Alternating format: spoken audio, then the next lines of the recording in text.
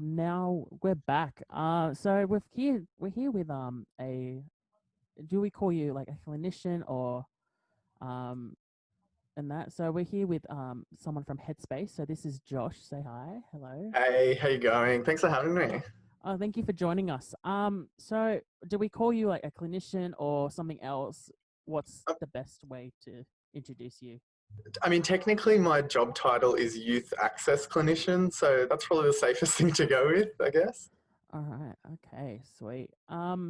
So might as well start off with a couple of questions, and I'll pass it over to Marley. Marley, do you have a couple Okay. of questions you'd like to ask? Yeah, I do. Hi everyone, I'm Marley. I'm part of the Camden Youth Action team. And I've just got a question for you, Josh. So Yeah. for someone who hasn't heard of Headspace, what services do you offer for young people?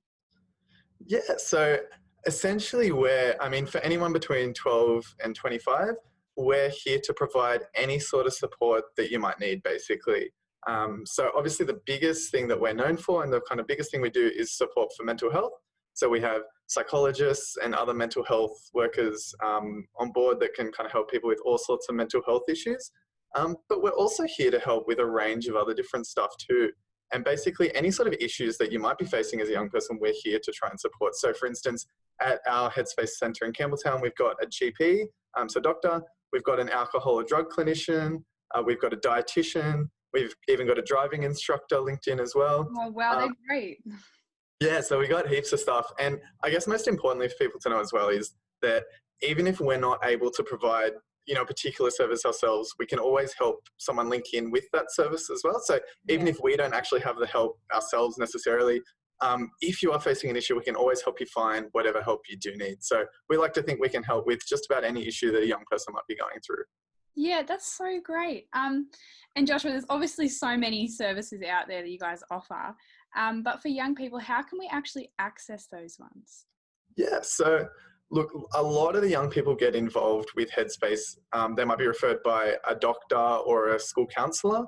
So those are kind of some of the common ways. But to be honest, anyone can get involved. You don't have to be referred by another professional. What you can do is just give us a call. So at Campbelltown, our number is 46279089. But obviously, if you're listening from a different area, your Headspace would have a different number. You can just Google it. But if you just call up and just say, hey, I'd like to speak to someone or I need some assistance, that's all you need to do. And then the people on the other end can kind of help put that into motion pretty much. Yeah, that's so great. And say if someone went to go for a first meeting with you guys at Headspace, what would they expect? Yeah, so what we do is once someone has been referred or has called up, I guess the first step is to get a phone call from our intake officer. So our intake officer is a guy called Ben, and what he'll do is he'll give you a phone call and have a quick chat, maybe a 15, 20-minute conversation, just to kind of get a sense of what is actually going on for you and what's kind of been happening.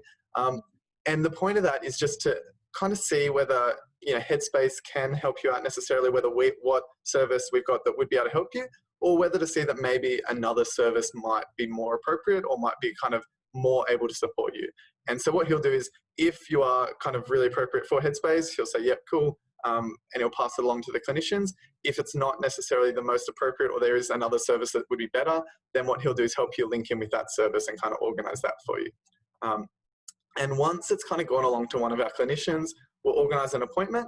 And then that first appointment will basically just be a conversation with you and one of the youth access clinicians, so what my role and the other people in my role. Yeah. And what we'll do is have a conversation with you, try to get a sense of what is going on for you, what issues you're facing, kind of build a big picture. So we do ask a lot of questions to try and make sure we're not missing anything, make sure we've got everything covered. So we do understand really what's going on so that we can provide the best support for you. And then at the end of that appointment, what we'll do is we'll make a plan with you. So we'll kind of say, these are the options, these are how we can help based on what you've told me. And then if we're both on the same page, then we'll kind of proceed from there. But it always depends on what the young person wants and what they're kind of looking for as well. We're not going to tell you this is what's going to happen. We'll kind of suggest things and talk about everything. And then once we kind of are on the same page, then we'll make that happen. Yeah, well, thanks, Josh. It sounds really like amazing platform that you've got there for people. And a question that I guess a lot of people have asked is if they actually talk to a clinician at Headspace, will their friends and family find out what they've spoken about? Yeah, so I mean, that's obviously a big issue that lots of people are wondering about or worried about. And the answer is no, they're not going to find out what you talk about. Everything is completely confidential Yeah, that's between great. you and Headspace. Yeah. Now, there are a couple of very specific exceptions to that, which it's important to be aware of. And this is always explained to you by the Headspace clinician as well at the start. So you'll always be made aware of this. But the only times we can break confidentiality is if you're in harm or there's potential risk for danger to you or someone else, because our main role is to keep you safe. So if there is any chance of danger or harm, we may need to tell someone.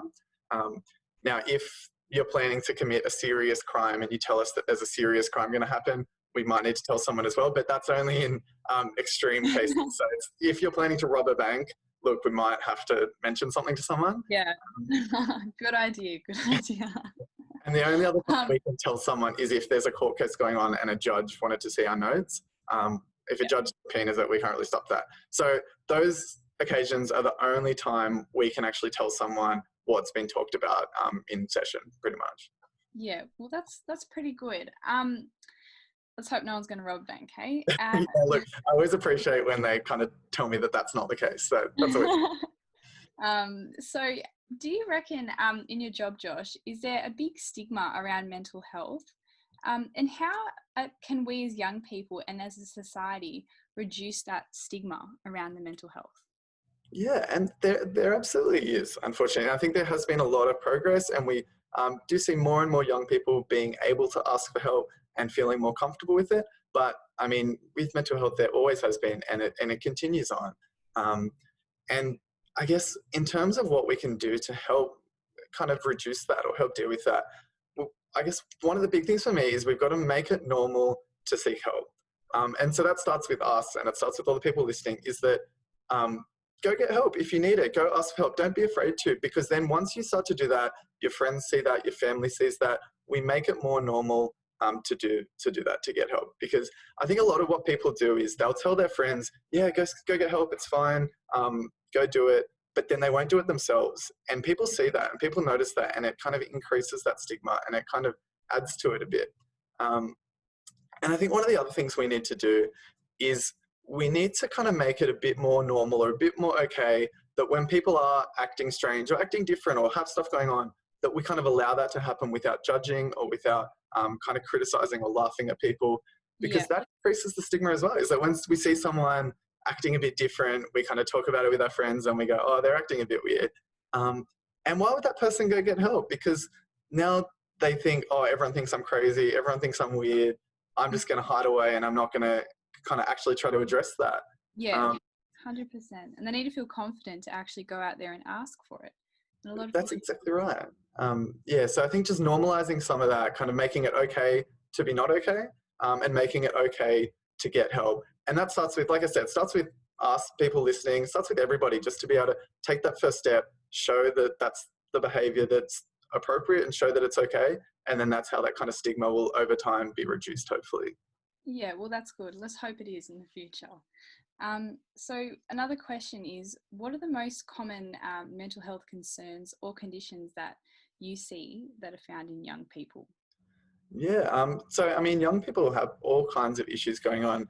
I guess for me, one of the biggest ones absolutely is anxiety, because I mean, being a young person going through school, growing up, getting older, things are changing.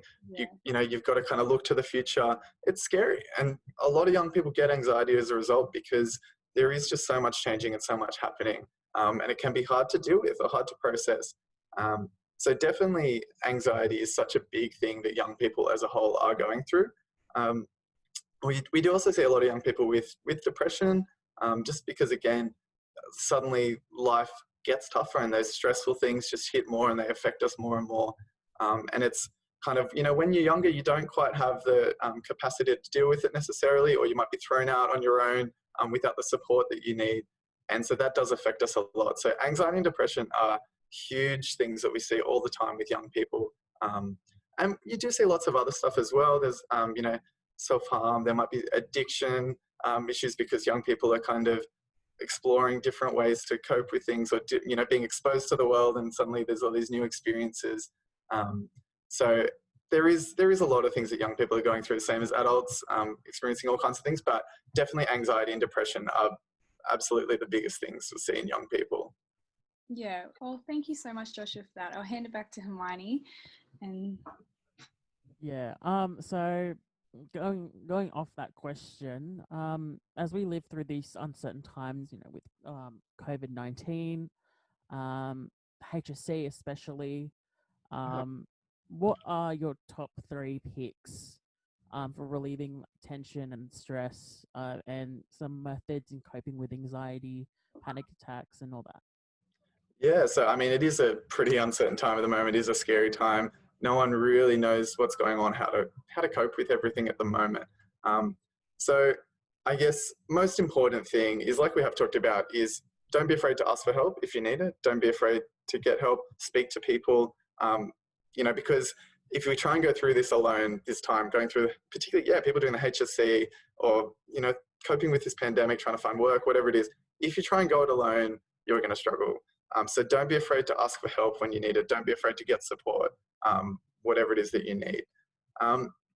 Another thing I'd say is the importance of self-care, importance of looking after yourself, taking time for yourself. Because if we get caught up and we're kind of spending all day panicking and all day struggling with what we're going through, you're just not giving yourself a break, and you're just not going to be able to kind of deal with it, and it's going to build up and it's going to affect you more. So take some time, you know, whatever the things are that you enjoy, spend some time with them. Forget about your problems for a sec.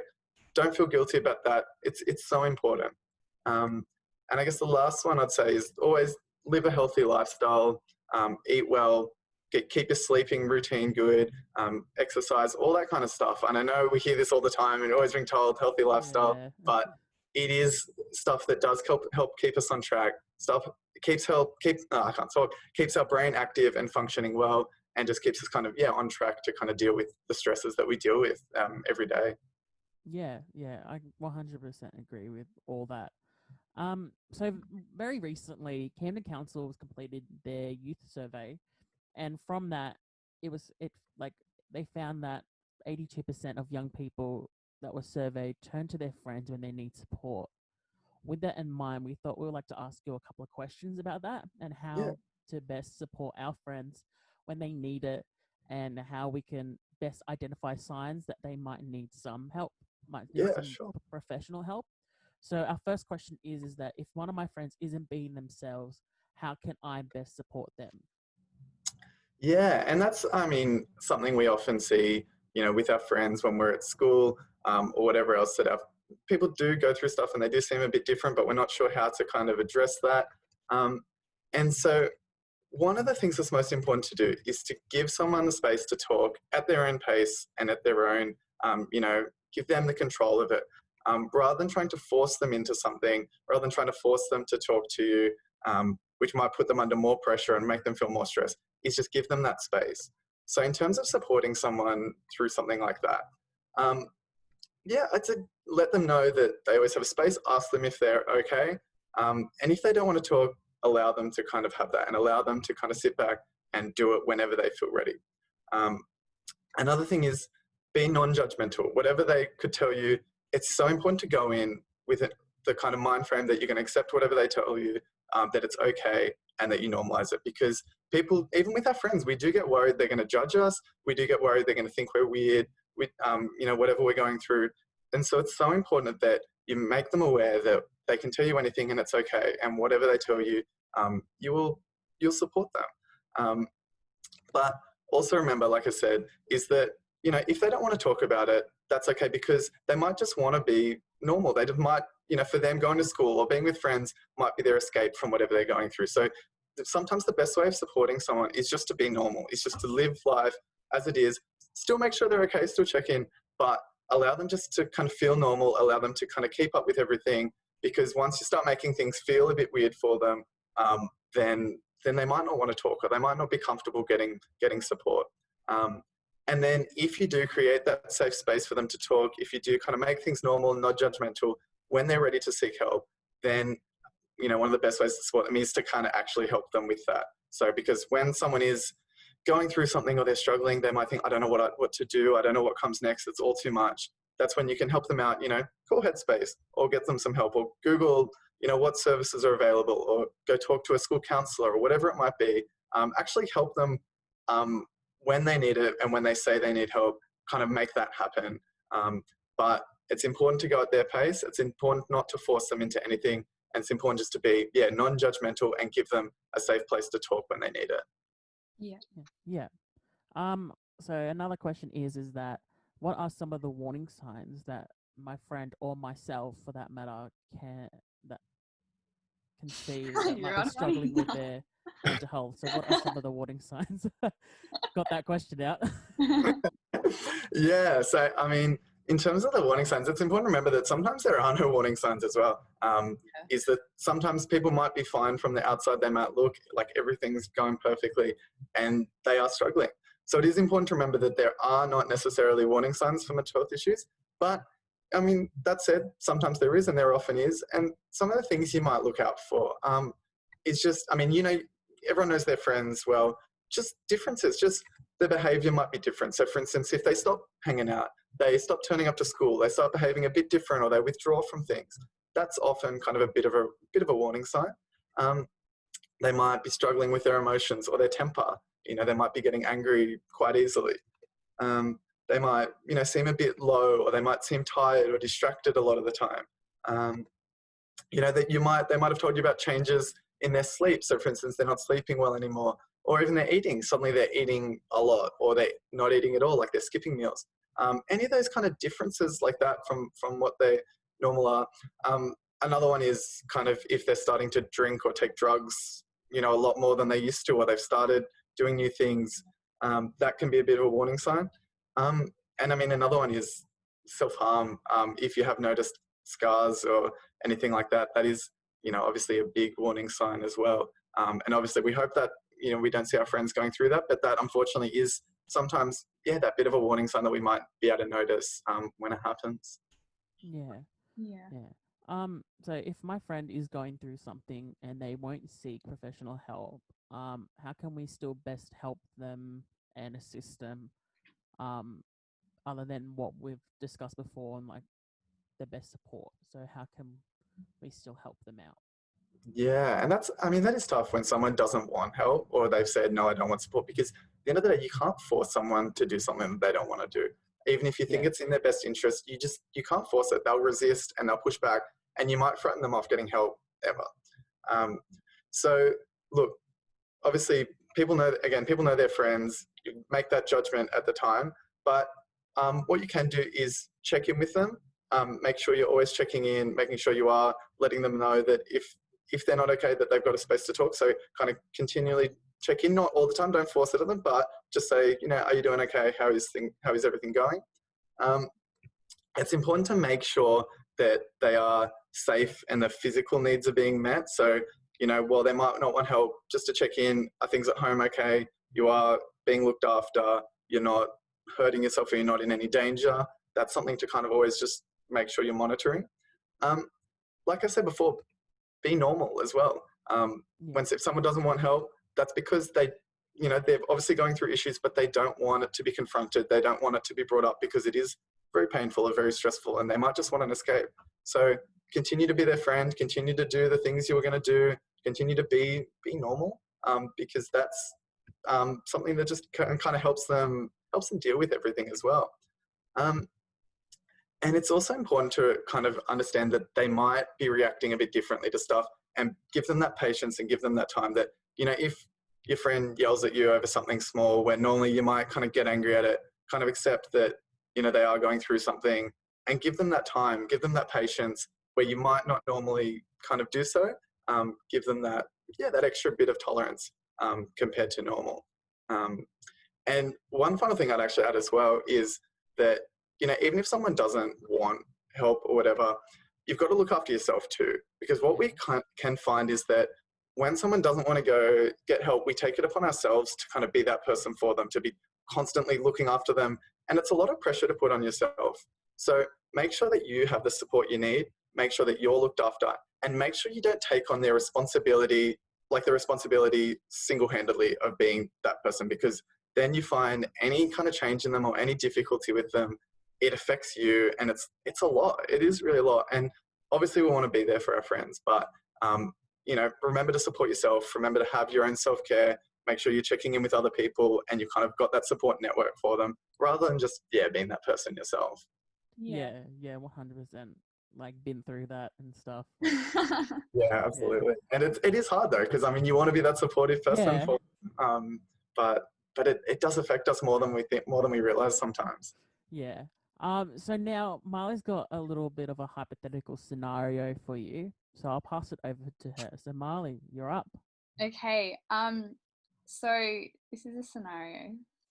So I'm going through my HSC, like my HSC year 12, and I have a friend who's very close to me, and I've been noticing that they're acting extremely stressed, and she's not actually eating, and she's told me that she's staying up late all night studying, and she gets hardly any sleep, and I've noticed that it's taken a big toll on her, and by that toll I mean she's having like panic attacks and she's not being herself. What do you think that I should do to be able to support her? Yeah, that's a tough one. And it is, you know, a difficult situation, but it's something that, you know, very realistically we might be faced with, because the HSC is so stressful and something that we really take on and we really commit to. And sometimes, you know, the schools don't do the best job of reducing that stress. I've noticed sometimes schools. 100%. 100%. Yeah, it's not much fun. So look, and what makes that situation even more difficult is because your friend is under a lot of stress, is if you add to that stress, if you kind of make things more difficult, you know, you say to them, what you're doing is not helpful. Like everything they're doing there is a response to the stress. It's their way of coping.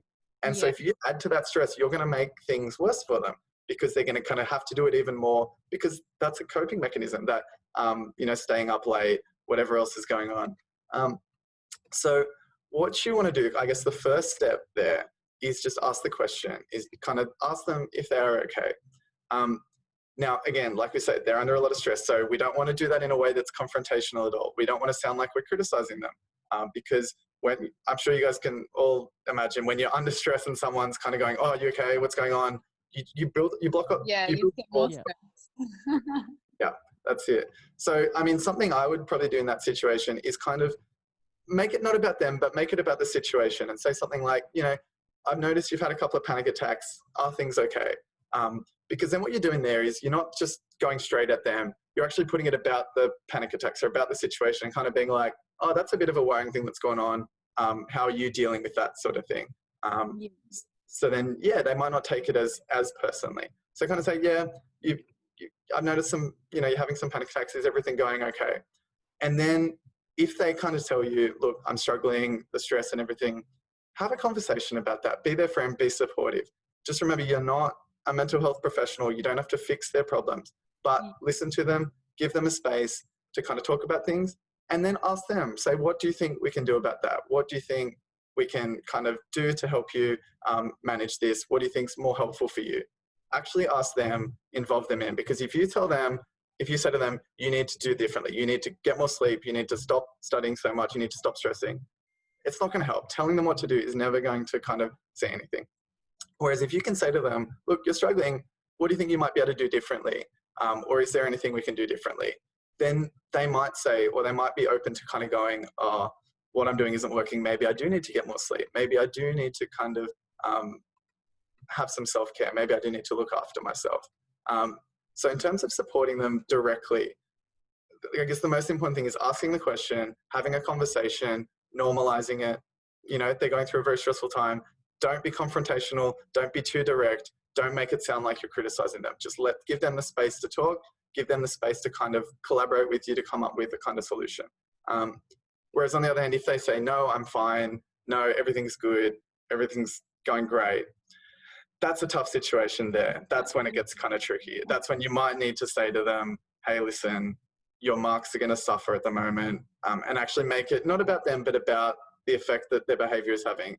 That what they're worrying about is their marks. That's the thing they're stressing about. And so you can actually say, look, what you're doing there is actually going to bring your marks down. If you're not sleeping, you're not going to remember anything. If you're having, too much anxiety, too much stress, your brain's just not going to be in a position to kind of remember the information, and your marks are going to suffer. So that's one way to do it. But once it gets to that point, it's hard, because if they don't want help and they're absolutely shut off from help, there is not much you can do directly with them. However, there's also things you can do, I guess, indirectly. So for instance, you could go to your teachers and say, hey, listen, you don't even have to name. You could say, I've noticed some people are really struggling. I've been, some people are having panic attacks. The stress is really getting high. Can we do something about that? And your teachers can kind of potentially get everyone down and give them a bit of a talk and say about self-care and kind of techniques to reduce stress, or what they can do there. Because then that way it's not at your friend. It's not directed at one person. It's just a general sort of information. It's just general sort of for everyone. As well, you could organise for, group study sessions, or hang out with friends, or organise for that kind of stuff to make sure they've got the support. Group study things can kind of be more relaxed, and you can kind of use those to kind of initiate a conversation, or things like that. So while trying to kind of support them directly might be tough, in that regard, I'd say have a conversation, make it not about them, but make it about their situation, and just normalize it. Say, this is stressful. I'm stressed as well. This is really tough. How are you coping with it? And then see if they respond to that, see if they have any suggestions for themselves, see if they can kind of help out. But if that doesn't work, then look for indirect ways. Look for other ways you can support them outside of that, whether it's going to teachers and organising something like that, through the friends, even their family if you want to, if that's appropriate, but people might not respond as well to that. But yeah, does that kind of make sense? Yeah, it does, 100%. And I feel like it would be a lot easier to, like, if they're not going to accept, the mental health, like going to a clinician or a practitioner or something like that, I feel like it'd be a lot easier to, tell a teacher at the school, maybe if they have a year coordinator or something like that, and be able to do like kind of group thing where it's about well-being, and do some good like activities, fun icebreakers, and kind of break the room and make everyone feel a little bit better. But yeah, thank you so much. I really did understand that. That's good. Yeah. Okay. All right, so we're reaching the end of our sort of interview. We've got one final question, and so kind of lighten up the mood, tell us your favorite joke. Oh, I mean, that's the hardest question you asked me. All right, favorite joke. Okay, here we go. I'm a fan of dad jokes, so bear with me. Okay, there's an inflatable boy who lives in an inflatable world where everything is inflatable. His house is inflatable, his family's inflatable, his school's inflatable, everything's inflatable. Yeah. And one day he gets into trouble for bringing a pin into school. The principal calls him into his office and says to him, "You've let me down, you've let yourself down, you've let the whole school down." That's the joke. I'm just waiting to see if you get it. Oh my goodness. Wait, what? Do you understand it, Marley? That's right. No, Huh? I think she understands it. I don't understand. You've let me down, like deflated with the pin. Oh, Sorry, it's bad. yeah. Oh, that's actually a pretty good one. That's Like a good one. before we were planning this podcast out, we were like trying to think of like dad jokes we can say. Yeah. And that just beats it. So thank you so much for joining us. For people who are listening, we'll put the details of Headspace Campbelltown in like it should be on the screen. We'll probably be on the screen while I'm talking. Josh, thank you so much for joining us. Yeah, Thank you for Thanks for having me. Yeah. Thanks for giving me a chance to chat.